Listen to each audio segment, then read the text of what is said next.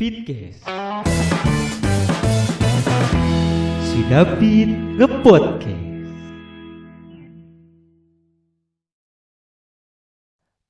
Buat balikin indera penciuman itu ya rebusan air bawang putih. Iya, sehari 2 kali. Lu rebus tuh bawang putih, air aja diminum. Walaupun sedikit aja virusnya itu langsung ketahuan kalau di PCR kayak gitu. Kalau antigen tunggu banyak dulu. Tunggu banyak baru lu. ketaker.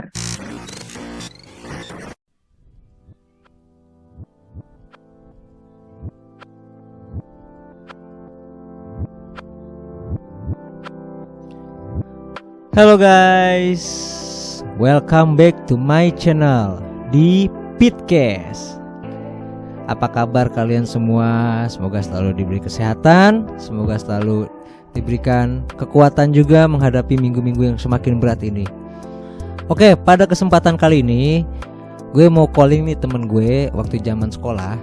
Dulu dia anak IPA, gue anak IPS. Sekarang ini dia lagi sibuk jadi suster atau perawat gitulah. Nah, gue pengen tahu nih kesehariannya dia nih jadi perawat tuh gimana, suka dukanya jadi perawat apa. Langsung aja yuk, nggak usah lama-lama, kita langsung call dia. Ini dia Elsa, kita calling. Halo malam. Halo malam. Kakak Elsa, halo. Iya, halo. Jangan Suara tahu gue dong. kedengeran gak sih? Kedengeran. Suara lu kedengeran banget, Sa. Oh iya. Sa, Ya, Pit. apa kabar, Sa? Kabar baik. Puji Tuhan baik. Puji Lu Tuhan. gimana baik. kabarnya? Puji Tuhan, gue juga baik-baik aja, Sa. Oke, Sehat, bagus. kuat. Sehat ya? Sehat dong. Wah, lu gimana? Sehat. Sehat. Wah, SP tuh, capsek kita dulu tuh. Jadi buat yang belum tahu nih, Iya, pendengar Pitcast nih ya. Jadi Elsa ini adalah keponakannya kepala sekolah waktu kita masih zaman sekolah dulu ya, Sa ya? Iya, pas Iya, SMA, pas anjay. SMA. Nah, gue sama Elsa ini beda kelas. Elsa itu anak IPA, sedangkan gue anak IPS. Benar. Benar. Sa, lu tuh dari dulu cita-citanya apa sih, Sa? Cita-cita gua dari dulu sebenarnya pengen ganti-ganti sih. Ganti-ganti gimana nih? Pas SD pengen jadi dokter. SMP sama SMA pengennya jadi pengusaha roti. Ya pokoknya ganti-ganti sih. Iya, emang kalau kita memang selalu gitu ya. Benar-benar gue mau ini terus aja ini. Nggak ada, Sa, nggak ada. Iya, pasti berubah-ubah. Berubah. Tapi sekarang yang lu kerjain itu lu jadi suster ya, perawat ya? Iya, gua kan lulusannya perawat kan, ya Iya. tenaga kesehatan gitu. Berarti sekarang lu lagi sibuk-sibuknya kerja dong, Sa? Iya bener, udah kerja sih. Udah kerja? Mm. Berarti tiap hari itu lu kan sibuk, mesti harus kerja di rumah sakit kan? Iya bener, dari tempat kerja terus nggak bisa dari rumah. Nggak bisa dari rumah kan? Tapi yang penting lu tetap sehat-sehat Kerja aja kan, terus. Sa? Aman kan Sehat. semuanya kan? Dibilang aman, ya kerjaan kita berisiko, Pip. Resiko memang, nyawa kita taruhannya, Sa. Iya, Nyawa memang nyawa. iya bener. Nah, untuk saat ini nih lu kerja di mana nih? Sekarang gua kerja di daerah Sentul, deket rumah sih. Wah, deket banget dong. Oh, lu udah pindah Sentul ya? Iya, udah 2 tahunan ini sih. Oh, enak banget, Sa. Dulu lu Cibinong kan? Tadinya ya di Nanggewer. Nanggewer, tapi ya tetap aja lu sama-sama Iya, kabupaten. Cibinong. Iya. Kagak jauh-jauh pindahnya. Pindahnya tetap aja kabupaten. Oke, kalau misalkan sekarang lu kerja dekat rumah, itu salah satu Ya, apa untungan. namanya keuntungan buat lo. Lu nggak harus capek-capek nempuh jarak yang jauh, banyak-banyak Iya. buang ongkos. Dengan jadi suster juga nih. Tenaga kesehatan, tapi itu kan tempatnya kayak lab gitu kan. Ah. Jadi gua sweber gitu Sweber, tepatnya ya. sweber jangan mencuri. Sweber, Mbak. Oh, Bang, Bang, jangan Mbak. ya nge-swab dong. Udah berubah, Mas. Mas udah berubah, Mas. Oke, lanjut. Lu bilang tadi jadi sweber. Di tiap hari itu lu ketemu sama orang-orang nge-swab mereka kan? Bener. Nah, dan lu kan udah pasti hubungannya sama COVID nih, si Mm-mm. COVID nih. Lu pernah punya pengalaman gak sih sama orang yang mungkin infeksi COVID atau kalau swab dia hasilnya positif? Nah itu lu pernah ada pengalaman kayak gitu gak, Sa? Pasti pernah kan itu. Tapi kalau misalkan mereka ngeceknya antigen ya, Heeh. itu bisa langsung ketahuan. Antigen kan paling 15-30 menit ya keluar langsung hasilnya di yang tahu kan lo yang Ya. kaset-kaset Alatnya. kaset yang putih itu. Nah itu kan langsung keluar hasilnya 2 garis 2 kan di garis C sama T-nya. Nah itu langsung positif. Tapi Itu kalau langsung. PCR kan harus 24 jaman dulu nunggunya diekstraksi dulu kayak gitu. Heeh. Tapi kalau antigen ada sih. Pokoknya dalam 1 hari itu pasti ada yang positif dari swab antigen. Dari swab antigen itu pasti ada yang positif ya? Pasti ada. Jadi 1 hari nggak mungkin nggak ada yang nggak positif. Pasti ada. Kalau misalkan ada yang positif gitu, dari lu nya gimana nih? Apa memang langsung menghindar atau buru-buru nyaranin dia lu ke puskesmas atau rumah sakit terdekat deh, apa gimana, Sa? Oh, kalau menghindar ya enggak dong. Heeh. Pasti kan kita saranin dia isolasi mandiri kan. Heeh. Isolasi mandiri apalagi kalau emang gejalanya ringan sih gitu kan. Misalkan dia kayak cuma batuk berdahak tanpa sesak gitu kan sebenarnya, atau pilek nggak meriang gitu kan bisa dirawat di rumah kan. Iya. Minum obat, terus bisa ngurangin sesaknya pakai terapi minyak kayu putih kayak gitu kan. Mm-mm. Ya terapi alami aja, obat-obat COVID yang pernah kalian dengar infonya kan di Instagram atau di Google kayak gitu. Tapi kalau misalkan emang udah sesak gitu ya mendingan ke puskesmas atau rumah sakit gitu kan yang emang alatnya lebih lengkap, pada oksigen kayak gitu. Dan Isoman sih 10 isoman hari. sih ya, tapi tetap isoman ya. Minimal 10 hari lah. 10 hari. 10 sampai 14 hari. 10 sampai 14 Itu habis itu PCR lagi. PCR. Itu PCR aja karena lebih akurat kan. Iya, benar. Tapi antigen juga nggak bisa 100% hasilnya benar karena dia COVID kan, ketika positif nih. Otomatis dia langsung COVID, enggak juga kan? Kalau yang swab antigen, jadi bedanya antigen sama PCR itu ya, kemarin kan ada trainingnya juga ya, training dari dokternya. Kalau antigen itu cuma ngecek kulit luar si virusnya doang. Oh iya. Jadi kalau antigen itu misalkan tunggu virusnya udah banyak baru ketahuan. Tapi kalau PCR itu sampai dalam kulit virusnya itu inti sel virusnya itu kelihatan. Jadi walaupun virusnya itu jumlahnya masih sedikit, itu kalau di PCR langsung kedetek gitu loh. Makanya PCR kan makan waktu durasinya lebih lama. Terus harganya juga lebih mahal kan. Karena ya emang walaupun sedikit aja virusnya itu langsung ketahuan kalau di PCR kayak gitu. Kalau antigen tunggu banyak dulu. Dulu. Makanya ada yang namanya orang tanpa gejala karena virusnya masih dikit ya. Nah gitu. Karena kan virus itu kan membelah-belah kan, itu sifatnya memperbanyak gitu. Memperbanyak ya, benar. Oh jadi makanya kenapa ada orang yang tanpa gejala ngerasa sehat-sehat aja, sebenarnya dia pun juga udah COVID, cuman belum banyak virusnya. Iya benar. Nah yang udah ngerasain gejalanya itu yang virusnya udah banyak di tubuh mereka. Iya.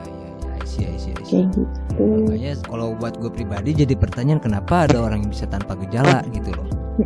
Ya nyawa ya satu taruhannya ya kita ya. Iya. Selain itu Sa, lu pernah punya pengalaman apa lagi Sa dengan orang-orang yang COVID? Pernah ngerawat mereka nggak? Pernah sih, tapi sebentar ya, nggak lama. Itu mereka sesak, terus pasiennya juga banyak banget, tapi tenaga perawatnya kurang, jadi agak susah tertangani. Apalagi kalau yang udah tua itu kan mereka sesak, habis itu lemes. Beda sama yang masih muda kan masih bisa makan sendiri, masih bisa berjemur sendiri kayak gitu. Kasian kalau yang udah tua sih, karena kan mereka juga ada penyakit penyertanya kan. Yang tua itu yang lebih rentan ya. Dan intinya tuh dari rumah sakit sendiri bikin mereka nyaman, bikin mereka tuh imunnya naik lagi gitu kan. Dan bisa ngalahin si virusnya ini juga ya. Gitu. Jangan terlalu dibawa stres. Kalau stres juga ke dalam-dalamnya jadi nurun kan imunnya. Imunnya lemah, lebih mudah. Jangankan virus corona imun lemah, batuk pilek biasa aja datang ya. Iya Gak kan? ada duit aja lemah. Iya, nggak ada duit aja lemah. Oke, itu pengalaman lu ya, suka duka lu jadi seorang perawat gitu kan. Iya. Sekarang gue mau tanya lagi nih, ini hal Apa yang serius nih. Kira-kira dari lu sendiri, dari lu pribadi, lu percaya nggak COVID itu ada, Sa? Percaya? Kenapa lu percaya? Ya karena orangnya udah di depan gua. Gue lihat setiap hari dengan hasil yang positif ada tiap hari. Terus jumlah yang meninggal makin banyak gitu. Saya kok kan nggak, maksudnya alat-alat yang digunain buat ngecek virus COVID itu kan udah dibuat sedemikian rupa kan sama peneliti gitu. Udah dibikin penelitiannya lah. Itu alat itu pengecekan pakai antigen sama PCR itu akuratnya bagaimana gitu. Jadi ya udah, kalau gue percaya gitu. Kalau lu percaya ya. Nah selanjutnya nih, pertanyaan gue mungkin selanjutnya rada-rada berat buat dijawab ya. Mungkin bagi orang-orang, apa sih si David nanyanya gini, apa sih si David nanyanya gitu, kayak orang aneh aja ya. Tadi udah gue tanya, lu percaya sama COVID apa enggak? Nah sekarang pertanyaan gue selanjutnya, ada nggak orang yang meninggalnya biasa tapi dibuat COVID meninggalnya, pemakamannya lah, hasilnya lah, segala macam, ada nggak yang kayak gitu, Sa? Maksudnya gue belum pernah menghadapi situasi yang kayak gitu. Belum pernah menghadapi yang situasi yang kayak gitu. Gue sendiri, dari guanya langsung, dari guanya. Nah, tapi kalau kayak baca-baca dari komenan di Instagram atau gosip-gosip dari orang-orang, katanya sih ada yang kayak gitu, rumah sakit yang kayak gitu. Tapi gue nggak tahu rumah sakit mana.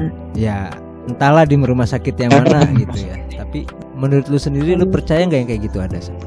Mungkin ada sih, tapi percaya nggak percaya karena kan ya nggak tahu lah, nanti salah jawab gue.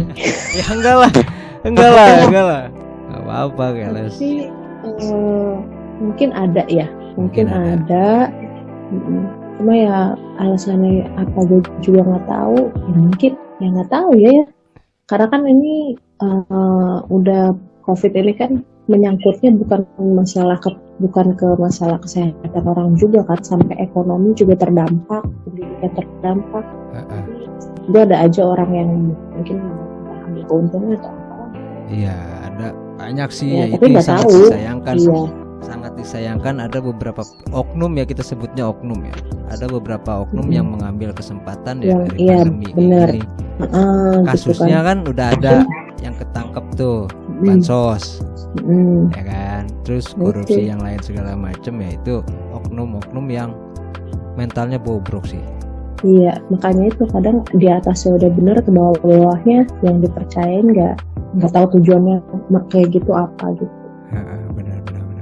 Berat ya saya obrolan kita ya, Sa?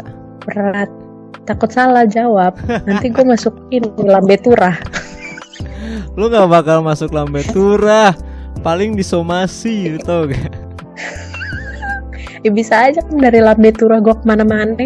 Ya, lagi nih masuk bisa YouTube, jadi. Bisa terkenal nih gue. Ya terkenal lah, Elsa gitu loh. Ya iyalah. Lulusan tit. Tapi pertanyaan selanjutnya nih, gue mau nanya sama lu nih. Apa yang mau lu sampein untuk orang-orang yang mungkin sekarang lagi positif COVID, dan apa juga yang mau lu sampein ke kita nih yang masih dalam keadaan sehat, masih negatif, masih diberi kesehatan itu. Apa yang mau lu sampein, Sa? Kalau kemarin kan saudara gue sempat positif juga ya. Paling yang gue lakuin ya ngechat dia, nanya udah gimana. Terus habis itu ada teman gue juga yang beberapa bulan lalu positif COVID juga kan. Terus gue saranin lah ke saudara gue sama teman gue itu, karena hilang hidung ya, indera penciuman, hilang hidung, indera penciuman.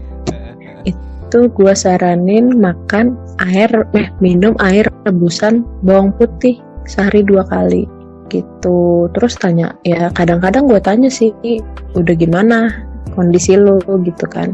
udah cek lagi belum gitu. Kalau saudara gue puji Tuhan kemarin udah negatif sih, baru aja kemarin. Terus yang mau gue sampein kalau buat yang lagi positif COVID ya tetap semangat gitu, tetap semangat, terus rajin-rajin berjemur, hirup udara yang seger. Kalau lagi di rumah atau ruangan tertutup harus banget ya, harus pakai masker gitu, karena kalau ruangannya tertutup kan dropletnya di situ-situ aja kan, droplet antar manusia gitu, antar orang. Iya. Terus kalau nggak penting-penting banget, yang lagi sehat nggak usah kemana-mana, kan sekarang lagi PPKM juga ya. Kalau ada yang bisa dikerjain dari rumah ya kerjain aja dari rumah gitu. Dari rumah ya lakukan kegiatan yang seru, yang positif gitu kan. Ya, benar. Minum vitamin, makan yang sehat, makan yang enak. Harus enak sih makannya pokoknya. Oh ya, kalau Biar bisa masak. biar happy. Kalau yang bisa masak enak, kalau yang nggak bisa masak bengong. Nge-grab dong. Oh iya benar, ada GrabFood ya, ada GoFood ya. Lalu Sa, aku mau tanya Sa, itu tadi Apa? air rebusan daun bawang, itu buat apa? Bawang putih. Coba air rebusan bawang putih itu buat apa? Cara mengembalikan apa tuh bau ya? Indera penciuman, indera pembauan, buat Kembaliin indera penciuman. Buat mengembaliin indera penciuman. Waktu itu temen gue seminggu lebihan dia minum itu sehari 2 kali. Sehari 2 kali. Itu sih dia berhasil. Tapi itu bisa bukan menjamin sih, tapi itu bisa membuat ada indikasi buat jadi negatif lagi apa enggak Sa? Kalau negatif lagi, menurut gue enggak sih. Itu kan kalau negatif kan, maksudnya misalnya indera penciuman lo udah bagus, tapi belum tentu langsung negatif gitu. Karena kan ya tadi balik lagi, ada yang nggak ada gejala apa-apa, tapi bisa positif gitu. Oh, tapi salah satu yang buat balikin indera penciuman itu ya rebusan air bawang putih. Iya, sehari 2 kali. Lo rebus tuh bawang putih, air aja diminum. Tuh guys, jadi buat Pitcast dimanapun pendengar bisa dikasih tahu nih saran-sarannya dari perawat Elsa, nakes Elsa. Rebusan air bawang putih, jangan bawang merah. Iya. Ntar jadi jahat. Coba aja yang alami ya kan? Iya. Apa ya, jingle iklan Kayak iklan. dulu ya. Iklan sampo. Tawan lo, orang jadul lo. Ya udah tua ini saya. Berapa saya Kan kita juga tua. Berapa sih? Berapa umurnya? Berapa ya? Umur gue kelihatan berapa sih? Kalau yang gue lihat gue jawab nih. Umur lu kayak 45 tahun. Ya, enggak dong. 23. 23 ya. Sama. Sama kita seangkatan. Sama, cuman lebih muda gue dilihatnya sama orang. Muka gue lebih baby face. Gimana? Enggak.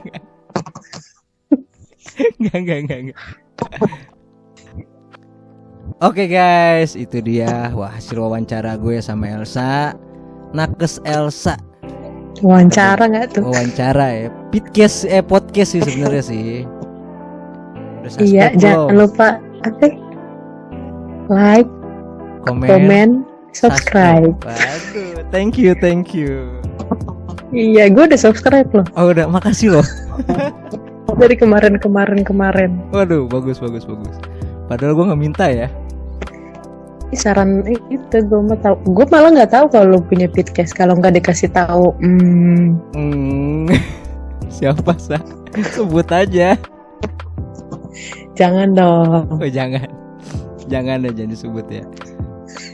Jangan, kasihan lu tuh sebut aja nggak apa-apa. Siapa Sa, lu tau dari siapa Sa? Pitcast. Dari itu loh yang lu. Ya oke lah. Terima kasih banyak ya Elsa. Mau sempetin waktunya diwawancara sama gue. Iya. Sehat-sehat ya Sa. Seneng nih gue nih masuk podcast nih. Seneng dong pasti, makasih loh. Saya juga seneng bisa ngobrol sama lo nih. Nakesnya lah langsung lah. Iya. Makasih banyak nih, banyak informasi, banyak yang thank you ya. bisa diambil sama kita semua. Makasih banyak Sa. Sehat-sehat terus Iya, Elsa, jangan thank lupa you. berdoa, Ya, banyakin vitamin, minum vitamin. Salam buat uak lu, Ibu SP yang mungkin ngedenger ini. Semoga Ibu sehat-sehat Azim. aja dalam lindungan Tuhan selalu. amin. Sehat-sehat, Fit. Iya, makasih Sa. Oke, Sa. Next ya, lanjut lagi ya. Boleh ngobrol-ngobrol lagi. Oke, iya, thank you, Fit. Thank you, Sa. Thank you, Dah. Pitcast. Dah. Ya guys, itu dia tadi hasil ngobrol sama Elsa, seorang nakes di salah satu rumah sakit Sentul. Semoga bermanfaat buat kita semua. Pokoknya kalian tetap sehat-sehat selalu, tetap jaga kesehatan, tetap minum vitaminnya, tetap jaga jarak, jangan kemana-mana kalau misalkan gak penting banget. Dan kalaupun misalkan harus bekerja secara langsung di lapangan, jaga jarak, patuhi prokesnya dengan seketat-ketatnya karena COVID ini makin ganas setiap harinya, makin banyak varian barunya. Itu aja yang bisa gue sampaikan pada malam hari ini. Kita ketemu lagi nanti di episode selanjutnya ya. See you guys. Thank you.